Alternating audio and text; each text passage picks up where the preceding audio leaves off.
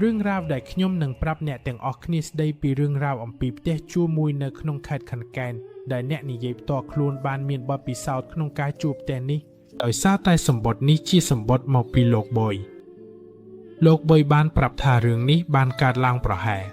8ឆ្នាំមុននៅខេត្តខណ្ឌកែនរឿងនេះចាប់ផ្ដើមពីការដែលលោកបុយធ្វើការនៅក្រុមហ៊ុនមួយ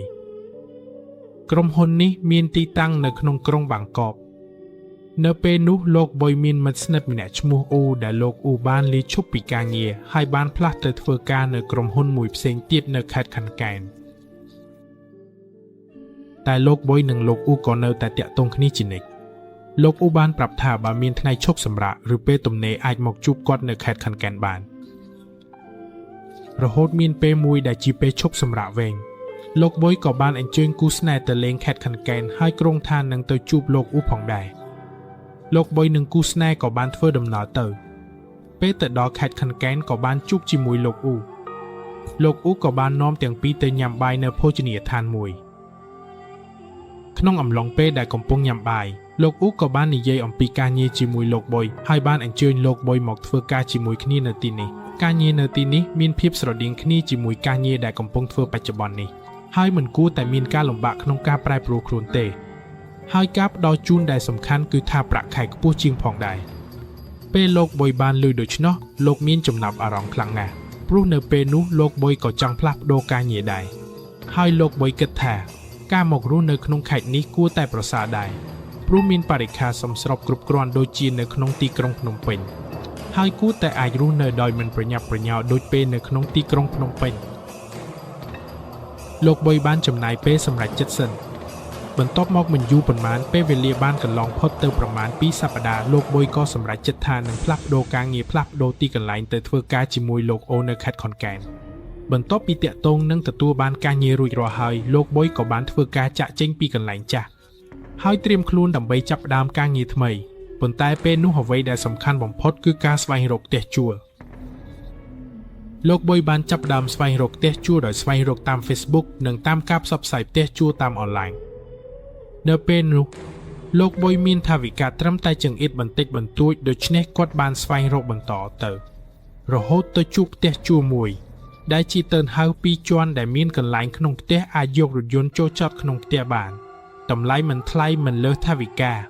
លោកបុយឃើញដូច្នោះហើយបានសម្រេចចិត្តសាកល្បងទូរស័ព្ទសួរថាតើផ្ទះជួលនេះនៅទំនេរឬអត់ហើយអាចចូលទៅមើលផ្ទះបានទេតាមទូរស័ព្ទនោះ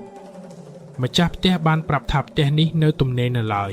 នៅមិនទាន់មានអ្នកជួលប្រសិនបើចង់មកមើលអាចមកមើលបានតែម្ដងលោកបុយបានសួរថាអាចទៅមើលថ្ងៃណាបានដើម្បីធ្វើការណាត់ជួបចូលទៅមើលផ្ទះជួលនេះប៉ុន្តែអ្វីដែលម្ចាស់ផ្ទះនិយាយត្រឡប់មកវិញគឺ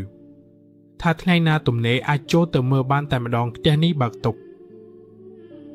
ម្ចាស់ផ្ទះប្រាប់ថាសោផ្ទះនៅក្នុងប្រអប់សម្បត្តិមុខផ្ទះចង់ចូលទៅថ្ងៃណាក៏អាចចូលទៅមើលបានតែម្ដងពេលនោះដែលបានបាញ់លោកបុយក៏មិនបានគិតអ្វីទេគិតថាម្ចាស់ផ្ទះប្រហែលជារវល់ខ្លាំងណាស់មិនមានពេលវេលាដើម្បីនាំទៅថាម្ចាស់ផ្ទះអាចជាមានការងារផ្សេងក៏ជាបានលោកបុយក៏បានសម្រេចចិត្តបើកឡានទៅមើលផ្ទះនេះតែម្នាក់ឯងព្រោះថាអ្នកស្រីគីហ្វូដែលជាអ្នកស្រីរបស់លោកបុយមានការងារត្រូវធ្វើឲ្យរួចសិនម្ចាស់ផ្ទះបានផ្ញើផែនទីមកឲ្យលោកបុយក៏បានបើកឡានតាមផែនទីមកដល់ផ្លូវតូចមួយបន្ទាប់ពីបើកឡានចូលទៅក្នុងផ្លូវតូចតាមផែនទីនេះលោកបុយក៏បានឃើញថាជាផ្ទះដែលជាផ្ទះតូនហៅ2ជាន់ទាំងអស់នៅក្នុងផ្លូវតូចនេះផ្ទះតូនហៅមានតែចំហៀមមួយប៉ុណ្ណោះហើយចំហៀមផ្សេងទៀតនៃផ្លូវតូចនេះជាកំផែងដែលមានដើមឈើដុះច្រើនហើយមានស្មៅដុះពេញបន្ទាប់ពីបើកឡានចូលមកប្រមាណកណ្ដាលផ្លូវតូចនេះលោកបុយក៏បានឃើញផ្ទះជួលនេះលោកបុយចុះពីឡានហើយក៏បានឃើញថាផ្ទះជាច្រើនមិនមានអ្នករស់នៅឬថាផ្ទះណាដែលមានអ្នករស់នៅក៏មានលក្ខណៈខូចខាតនិងមិនស្អាតប៉ុន្មានពេលចុះពីឡានលោកបុយក៏ដើរទៅមើលសោតាមដែលម្ចាស់ផ្ទះបានប្រាប់ថាស្ថិតនៅក្នុងប្រអប់សម្បត្តិពេលទៅមើលហើយបើកប្រអប់សម្បត្តិមើលក៏ឃើញសោតាមដែលបានប្រាប់មែនលោកបុយបានយកសោនោះបើកចាក់សោប្រក់ទ្វារមុខផ្ទះហើយក៏ដើរចូលទៅក្នុងតំបន់ចាប់ឡានពេលដើរចូលទៅក៏ឃើញថាទ្វារចូលផ្ទះនេះជាកញ្ចក់រុំហើយមានទ្វារដែកមួយជាន់ទៀតបន្ទាប់ពីបើកចូលទៅក៏ឃើញបន្ទប់ទូលាយមួយ ពេលមើលចូលទៅខាងក្នុងបំផុតខាងឆ្វេងនឹងជាផ្ទះបាយជាផ្នែកដែលបានបន្ថែមនៅខាងក្រោយផ្ទះចំណែកខាងស្តាំវិញនឹងជាបន្ទប់ទឹកមួយបន្ទប់ក្នុងផ្ទះមានលក្ខណៈទូទៅប៉ុន្តែមានធូលីនិងស្នាមខូចខាតខ្លះប្រហែលជាដោយសារតែមិនបានមកនៅយូរណាស់ហើយគ្រប់គ្រាន់ណាស់ពេលមើលទៅខាងឆ្វេងនឹងជាចំណោទឈើដែលអាចដើរឡើងទៅជាន់ទី2បានបន្ទាប់ពីស្វែងរកខាងក្រោមរួចរាល់ហើយក៏ដើរឡើងទៅជាន់ទី2បន្តនៅជាន់ទី2នេះមាន3បន្ទប់គេងមួយបន្ទប់ទឹកមួយពេលឃើញផ្ទះលោកបុយគិតថាផ្ទះនេះមើលទៅប្រើបានសម្អាតបន្តិចបន្តួចក៏គួរតែអូខេបូកជាមួយតម្លៃជួលដែលថោកណាស់ព្រោះនៅតំបន់នេះតម្លៃជួលផ្ទះត្រូវបានគេគិតថ្លៃណាស់ពេលគិតបានបែបនេះក៏សម្រេចចិត្តកក់ភ្លាមដោយមិនបានទូរស័ព្ទទៅពិភាក្សាជាមួយលោកស្រីគីហ្វទេលោកបុយបានតាក់ទងដាក់ប្រាក់កក់ផ្ទះនេះក្នុងតម្លៃជួលប្រចាំខែ 5,000 បាតហើយលោកបុយក៏បានសុំចរចាប្រាក់កក់ផងពី2ខែសុំប្រាក់កក់មុនតែ1ខែប៉ុណ្ណោះម្ចាស់ផ្ទះក៏យល់ព្រមដោយមិនបានសួរអ្វីបន្ថែមទេបន្ទាប់ពីព្រមព្រៀងជួលផ្ទះរួចរាល់លោកបុយក៏បានផ្ទេរប្រាក់ទៅម្ចាស់ផ្ទះបន្ទាប់មកក៏បើកឡានត្រឡប់មកផ្ទះនៅក្នុងក្រុងបាងកកហើយក៏ប្រាប់លោកស្រីគីហ្វថាបានដោះស្រាយរឿងផ្ទះជួលរួចរាល់ហើយលោកស្រីគីហ្វសួរលោកបុយថាផ្ទះនេះមានលក្ខណៈយ៉ាងដូចម្តេចលោកបុយបានតែប្រាប់ថាផ្ទះនេះអូខេណាស់គ្រាន់តែសម្អាតបន្តិចក៏អាចរស់នៅបានផ្ទះមិនមើលទៅចាស់ហើយសំខាន់ជាងនេះគេតម្លៃថោកផងដែរបន្ទាប់មកមិនយូរប៉ុន្មានថ្ងៃដែលត្រូវផ្លាស់ប្ដូរទ្រព្យសម្បត្តិបានមកដល់ដោយលោកបុយនិងលោកស្រីគីហ្វបានបើកឡានទៅមុនហើយឡានដែលនឹងផ្លាស់ប្ដូរទ្រព្យសម្បត្តិនឹងតាមមកនៅថ្ងៃបន្ទាប់ទាំងពីរបើកឡានមកដល់ផ្ទះនៅពេលរសៀលលោកបុយបានបើកទ្វារចូលទៅខណៈពេលដែលលោកស្រីគីហ្វបានឃើញផ្ទះនេះជាលើកដំបូងមុខមាត់មើលទៅមិនសូវល្អប៉ុន្មានលោកបុយក៏សួរលោកស្រីគីហ្វថាមិនល្អទេផ្ទះនេះលោកស្រីគីហ្វឆ្លើយតបថាវាមានក្លិនស្អុយណាស់ក្លិនស្អុយនេះគួរឲ្យខ្លាចនឹងមើលទៅអ៊ូអមិនស្រួលចិត្តទេមិនដឹងថាដូចម្ដេចទេប្រាប់មិនបានដែរលោកបុយបានតែនិយាយលងថាវានៅមិនទាន់បានសម្អាតទេពេលសម្អាតហើយគ្រប់យ៉ាងនឹងប្រសើរឡើងនៅថ្ងៃដំបូងដែលមកដល់ក៏មិនទាន់បានចូលនៅទេព្រោះផ្ទះនៅមិនទាន់បានសម្អាតហើយសម្ភារៈដែលត្រៀមផ្លាស់ទីក៏មិនទាន់មកដល់លោកបុយនិងលោកស្រីគីហ្វក៏បានទៅជួលសន្តាគារដើម្បីគេងនៅយប់នោះនៅព្រឹកថ្ងៃបន្ទាប់ពួកគេបានទៅទិញឧបករណ៍សម្អាតដើម្បីចូលទៅសម្អាតផ្ទះថ្ងៃនេះ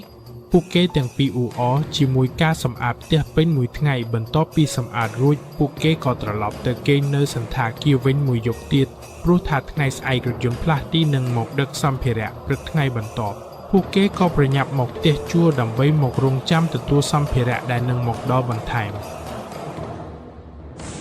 ពេលរថយន្តផ្លាស់ទីមកដល់និងដឹកសម្ភារៈចុះរួចរាល់លោកបុយនិងលោកស្រីគីហ្វក៏ចាប់ផ្ដើមរៀបចំសម្ភារៈឲ្យបានត្រឹមត្រូវពេលដែលមានសម្ភារៈនៅក្នុងផ្ទះបរិយាកាសក្នុងផ្ទះក៏ចាប់ផ្ដើមល្អឡើងយប់ដំបូងនៅក្នុងផ្ទះក៏កន្លងផុតទៅដោយសាមញ្ញគ្មានអ្វីកើតឡើងព្រឹកថ្ងៃបន្ទាប់លោកបុយនិងលោកស្រីគីហ្វក៏ចាប់ផ្ដើមធ្វើការថ្ងៃដំបូងរឿងទាំងអស់ក៏ទៅបានល្អទាំងអស់ទាំងការងារមិត្តរួមការងារនិងបរិយាកាសក្នុងការងារពេលវេលាកន្លងផុតទៅយ៉ាងលឿនខណៈពេលខែដំបូងកន្លងផុតទៅរឿងទាំងអស់ក៏មើលទៅថាអូខេហាក់ដូចជាអាចទៅបានល្អប៉ុន្តែមានមួយថ្ងៃលោកស្រីគីហ្វចាប់ផ្ដើមនិយាយជាមួយលោកបុយថាពេលដែលនៅក្នុងផ្ទះនេះហាក់ដូចជាមាននរណាម្នាក់នៅជាមួយគាត់ជានិច្ចពេលដែលលោកស្រីគីហ្វនៅផ្ទះតែម្នាក់ឯងលោកស្រីគីហ្វមិនអាចរស់នៅខាងក្រោមបានទេព្រោះថាគាត់មានអារម្មណ៍ថាអស់កម្លាំងខ្លាំងណាស់ហាក់ដូចជាមាននរណាម្នាក់កំពុងមើលគាត់ជានិច្ចហើយបន្ទាប់មកលោកស្រីគីហ្វក៏សុំឲ្យលោកបុយផ្លាស់ប្ដូរពីបន្ទប់គេងគ្នាផ្លាស់ពីបន្ទប់គេងធំរបស់ផ្ទះទៅនៅបន្ទប់គេងតូចវិញព្រោះថាលោកស្រីគីហ្វប្រាប់ថាពេលគេងនៅបន្ទប់គេងធំ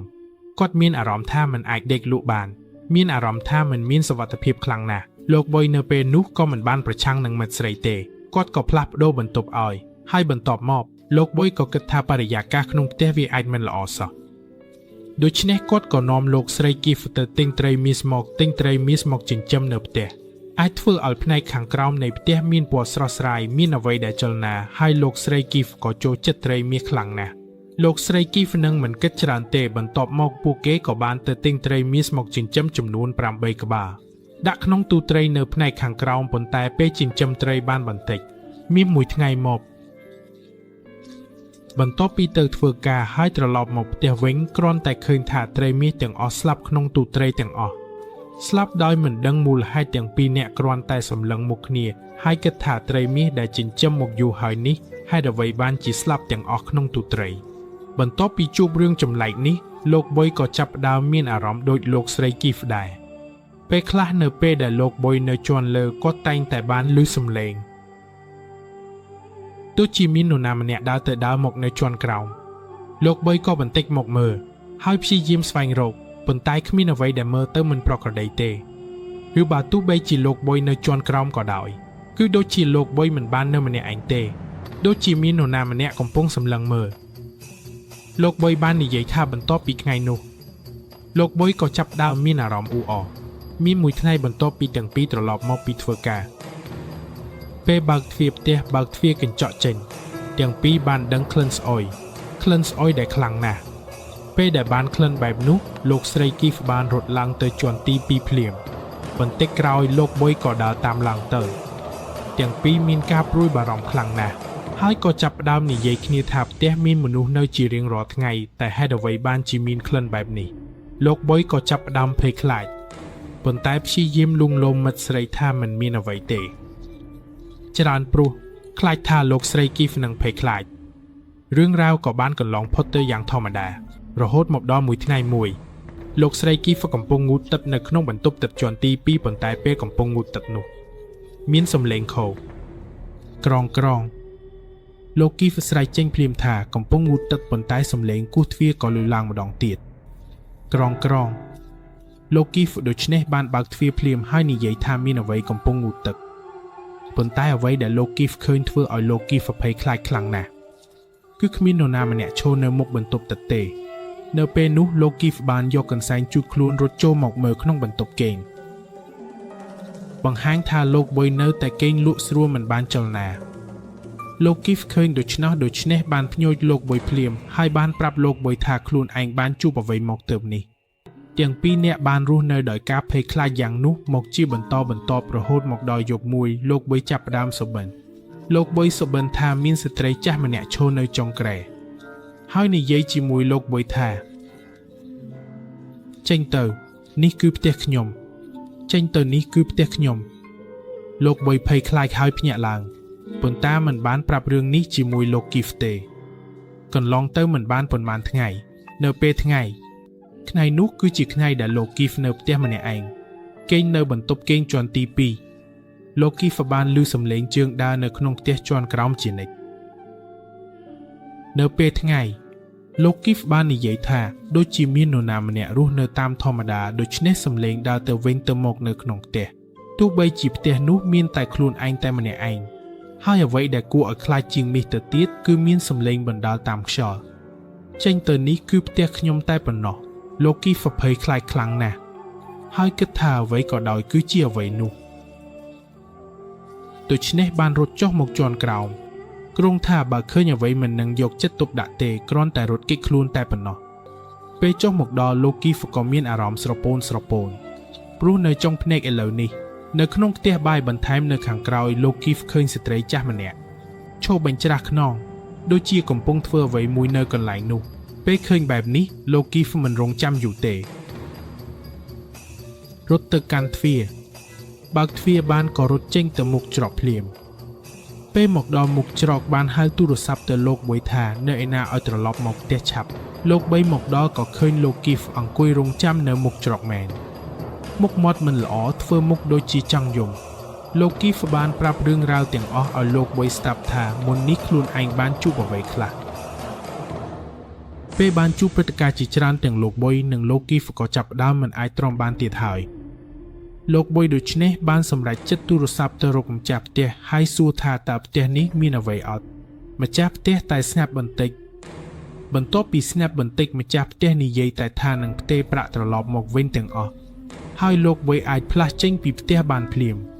ម្ចាស់ផ្ទះមើលទៅមិនភ្ញាក់ផ្អើលអ្វីទេហើយថែមទាំងនឹងផ្ទេរប្រាក់ត្រឡប់មកវិញទាំងអស់